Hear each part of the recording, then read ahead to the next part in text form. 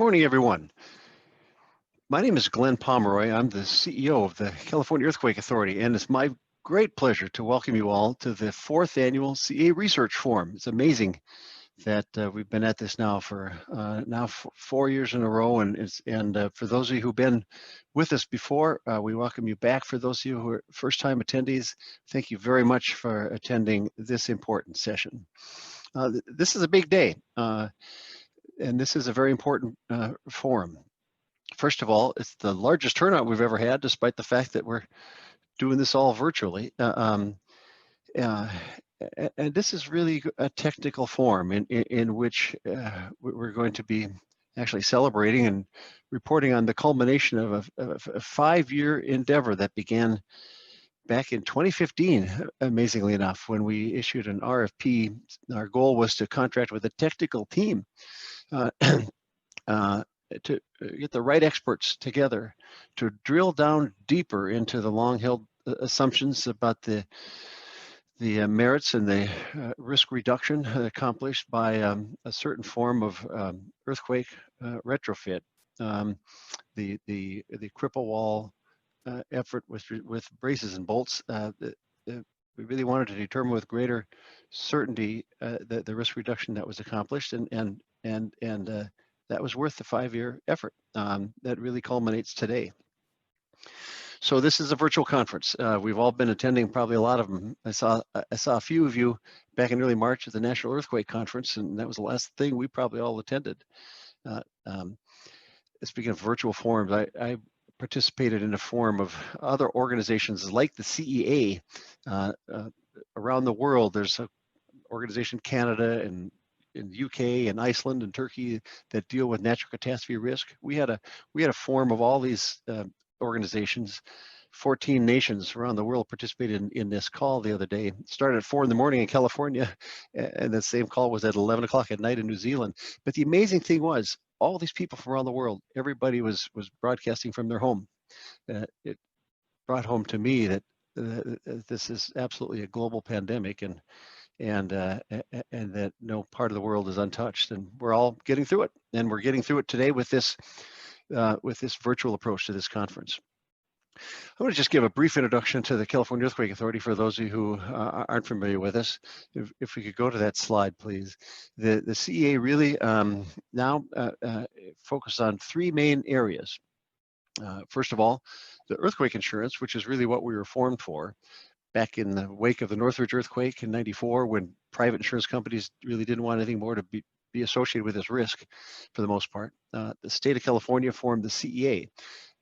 We're a not-for-profit residential insurance company, basically, governed by public officials, the governor, insurance commissioner, and treasurer, but formed for a public purpose to make earthquake insurance as broadly available and affordable as possible on a not-for-profit basis.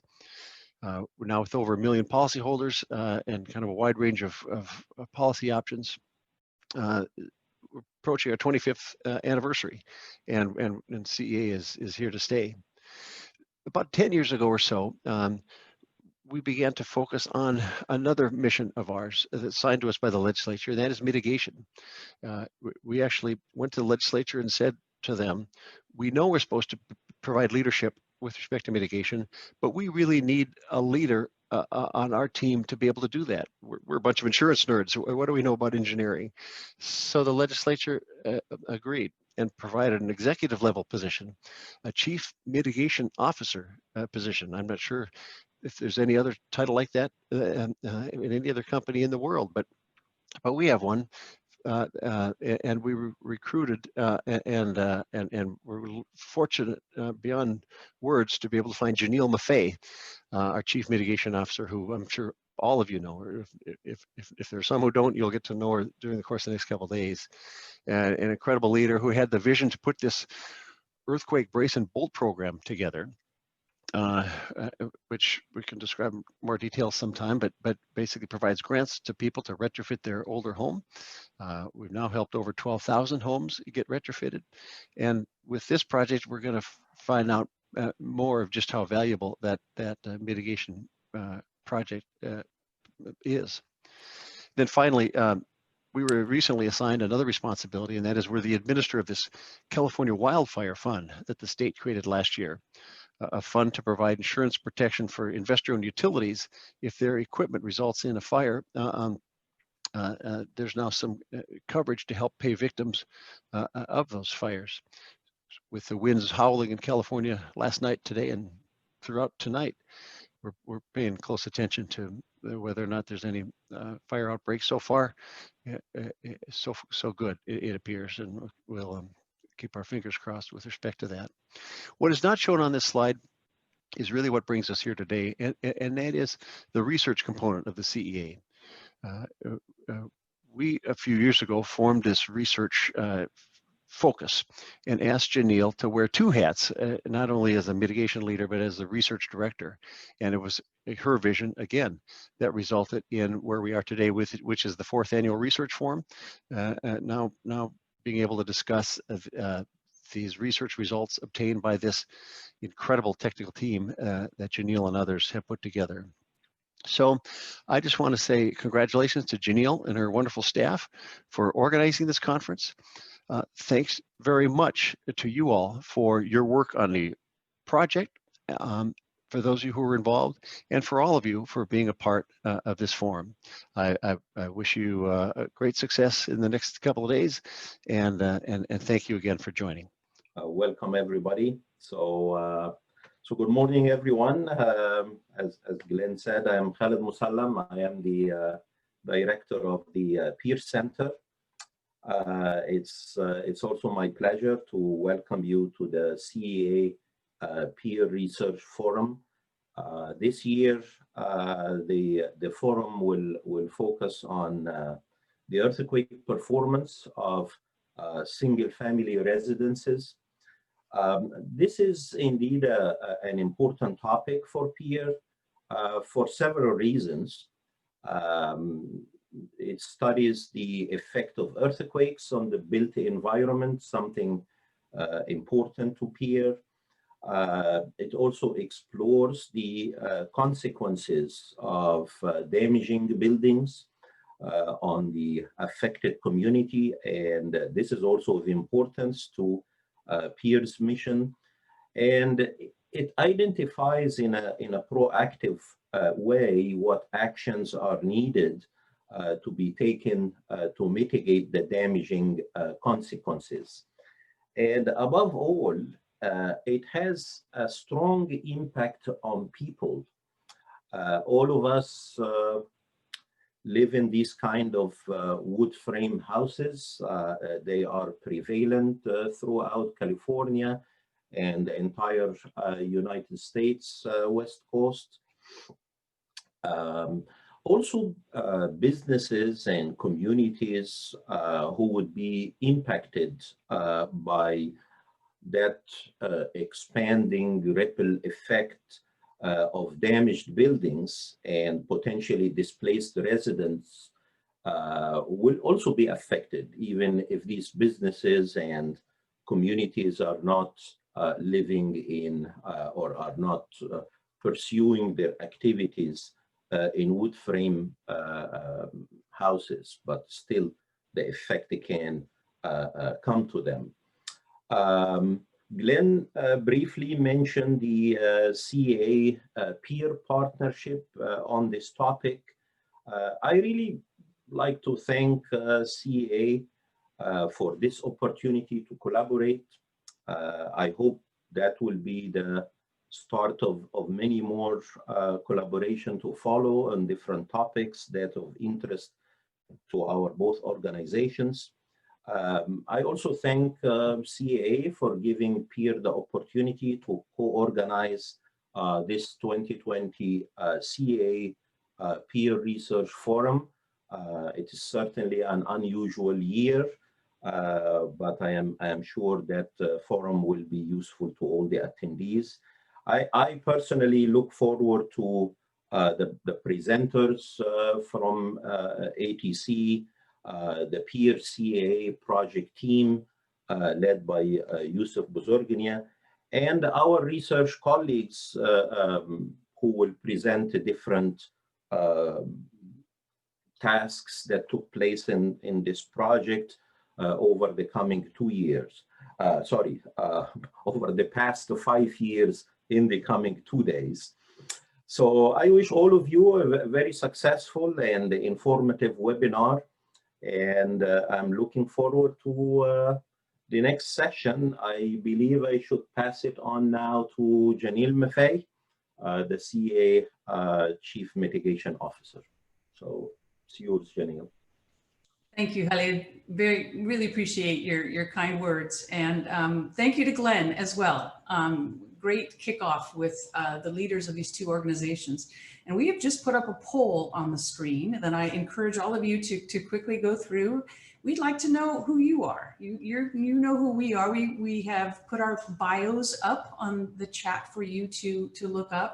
But we'd like to know if you're a researcher, practitioner, social scientist, if you're an industry policymaker, and then where you are in terms of professional level and where you're located. And to those of you like me who live in the East Bay of the San Francisco Bay Area, I have relocated to Sacramento because of the PG&E shutoffs, and you may have as well. So take just a couple of seconds to let us know who you are. We're going to put up the results in about 20 seconds. So please click through. And Jasmine, when you think we've got a good showing, I'll let you put up the results.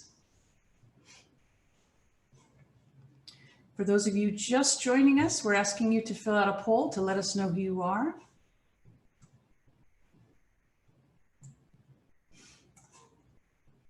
Okay, Jasmine, do we have results? All right, insurance or loss, wonderful. Our number one is insurance or loss adjuster industry with a close following with academic researcher. You can still put the numbers in, by the way, it'll just change it live. A good showing of CAT modelers and engineering practitioners. And we love the others. We'd love to know more about that. Senior level, fantastic. Well represented by Northern California with, 5% outside of the US. Well, I wish we had more information. We thank you so much for joining us. Obviously a very esteemed group. And so we appreciate knowing who's with us today.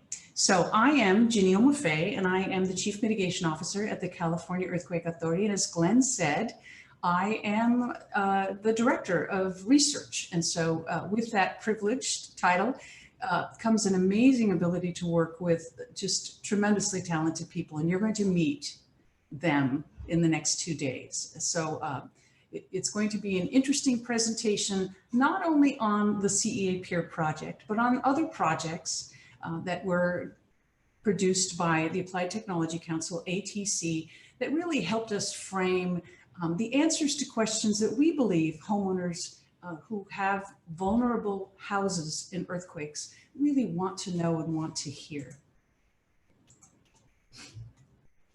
So my first slide was very carefully chosen at 3:20 a.m. on August 24th in 2014, living in the Oakland Hills. As I do, I was awakened by the South Napa earthquake. And our chief actuary, Shauna Ackerman, also lived in San Francisco. So the two of us were very definitely awakened by the earthquake. And then of course, all of the executives have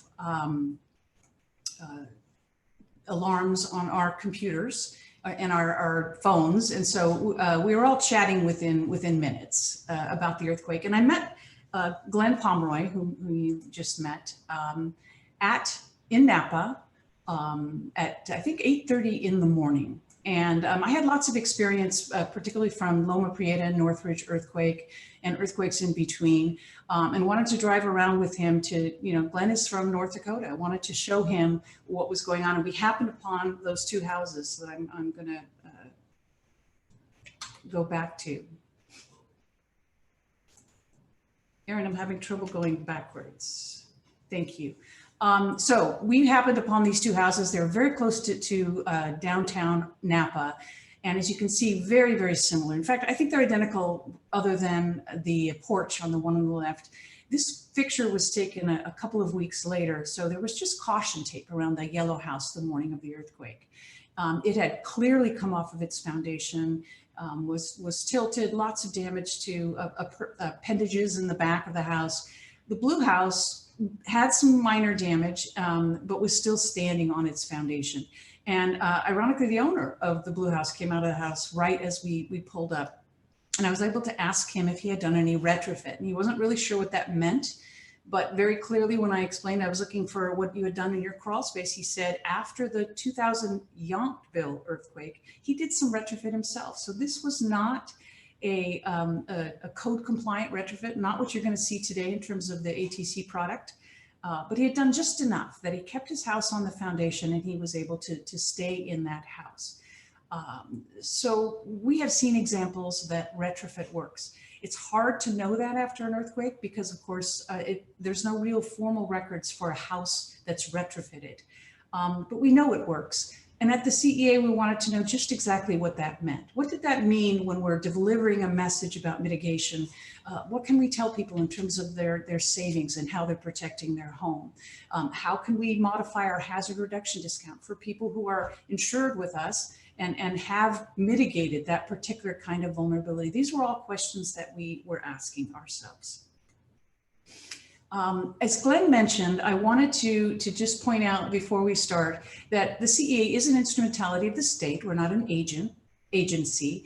And I use this at the beginning of all of the forums, just to mention that as we solicit work with consultants to do our research, we have to use open procurement or very, very rare occasion, sole source. And so this project, like all of our projects, went through a request for qualifications proposal with public notice and interviews and the selection process. And we utilize an internal research team that is made up of myself as acting research director. And I mentioned Shauna Ackerman, our Chief Risk and Actuarial Officer. Dr. Buddy Rochandel is our Senior Research Specialist. And then Erin Rogers serves as our Research Project Manager, and Jasmine Castro, I want to give special mention to as our Research Forum Manager. So Erin Rogers and Jasmine Castro are very much responsible for the organization of the forum today. So many, many thanks to them. And Erin Rogers served as Project Manager for the Peer CEA project. We also utilized a separate project advisory team. This team did not report to the Peer. Obviously, they reported to us and really served as our translators, technical assistants, technical advisors, and helped us formulate questions for Peer so that we could understand the project as it progressed and, of course, the final report. So many thanks to John Ostras, who served as the chair of this committee, who's the vice president and principal engineer at Exponent, Tom Heaton, professor of civil engineering at Caltech, Brian McDonald, also from Exponent, Keith Porter, professor at University of Colorado Boulder. Patient, energetic, really interesting, and of course, incredibly talented team that assisted us with the project. So I mentioned what we're trying to answer for homeowners. And so let me revisit that notion with another thanks to Dr. Cheryl Rabinovich, who helped me with this visual many years ago when we were working on a post-Napa earthquake project. And the idea is that a homeowner, first and foremost, needs to be educated so that they can make educated decisions about their risk, about their vulnerability, about the hazard.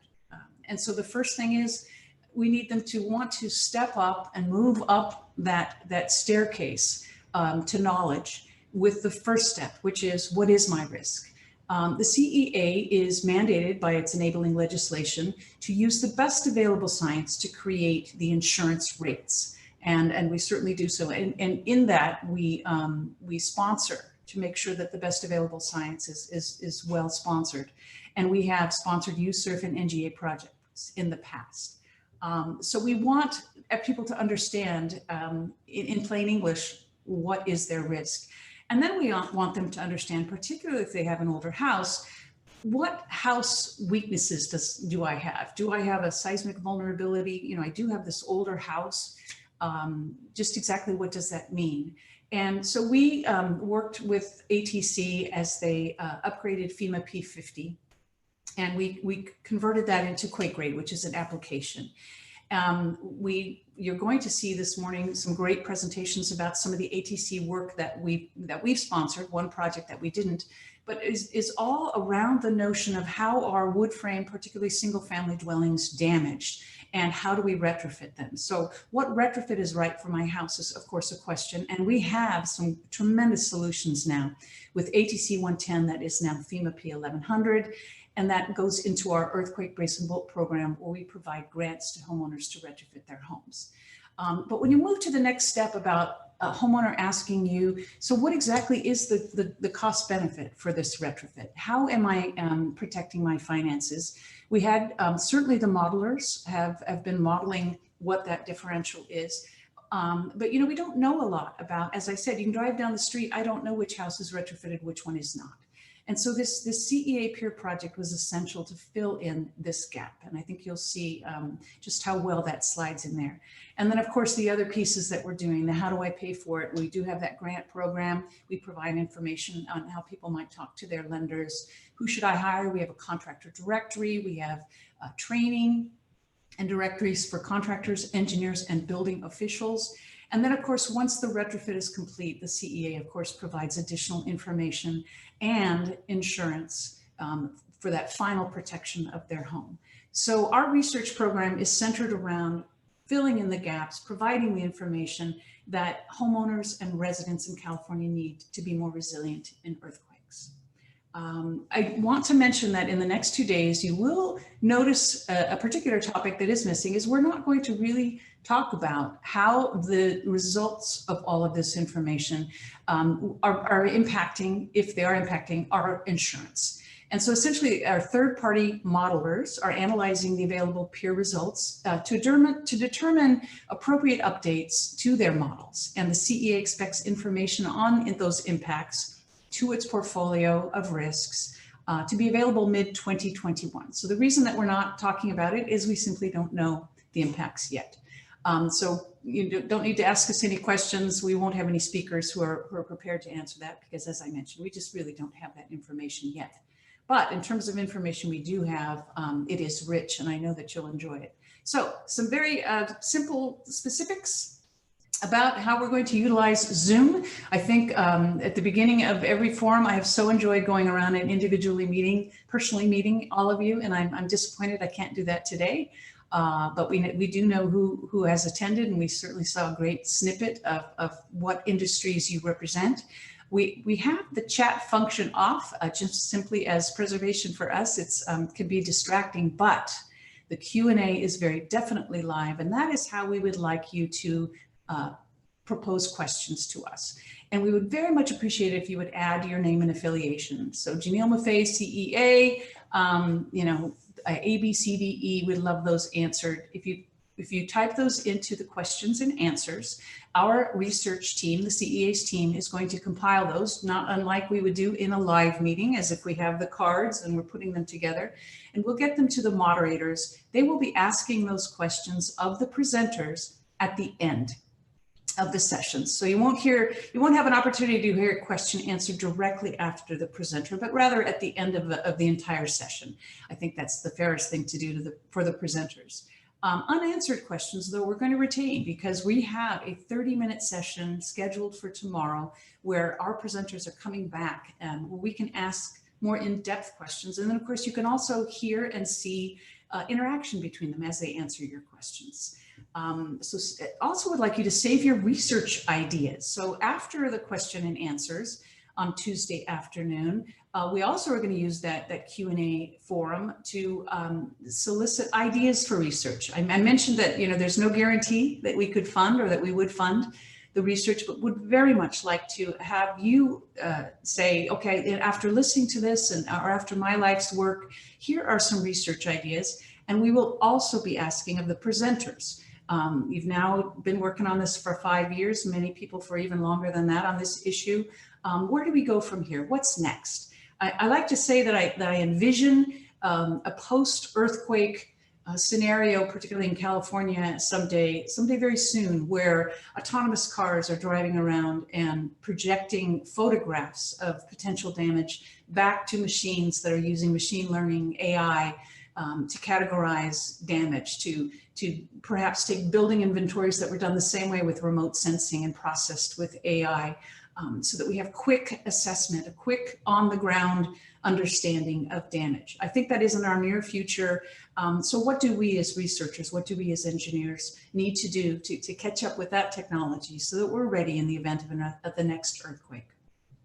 So we're going to be interested in your questions, interested in your research ideas, and very much thank you for joining us. I am going to now turn over the program. Hopefully I'm a little bit early. Aha.